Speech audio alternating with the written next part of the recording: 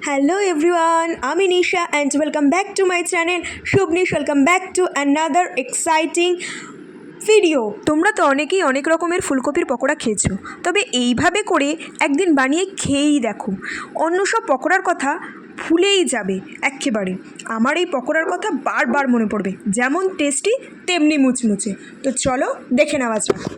প্রথমে একটা বড় ফুলকপিকে কেটে কেটে ছোটো ছোটো করে নেবে।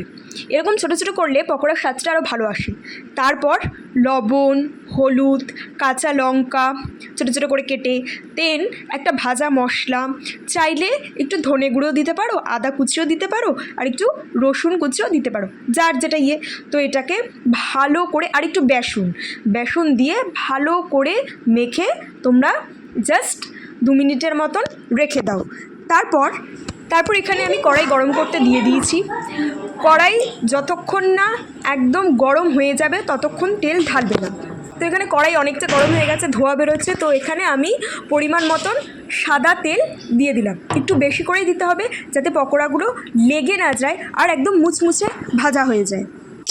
তারপর তেলটা গরম হয়ে যাওয়ার পর এই যে মেখে রাখা যে পকোড়াগুলো, ওগুলো একটা একটা করে তেলের মধ্যে আমি ছেড়ে দেবো।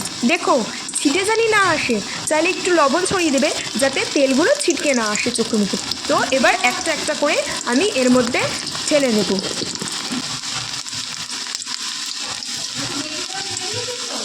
না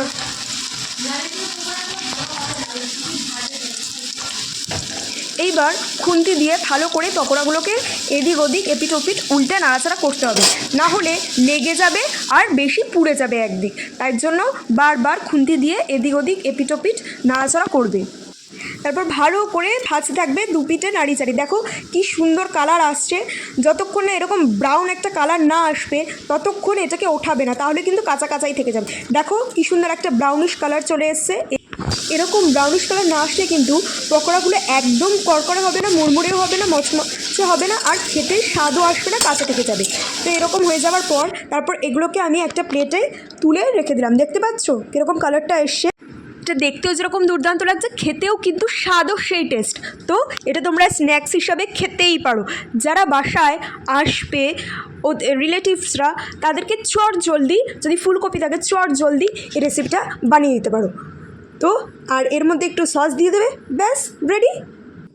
গরম গরম মুচমুচে ফুলকপির পকোড়া, আর তার সাথে একটু যদি চা হয়, বেশ জমেছে।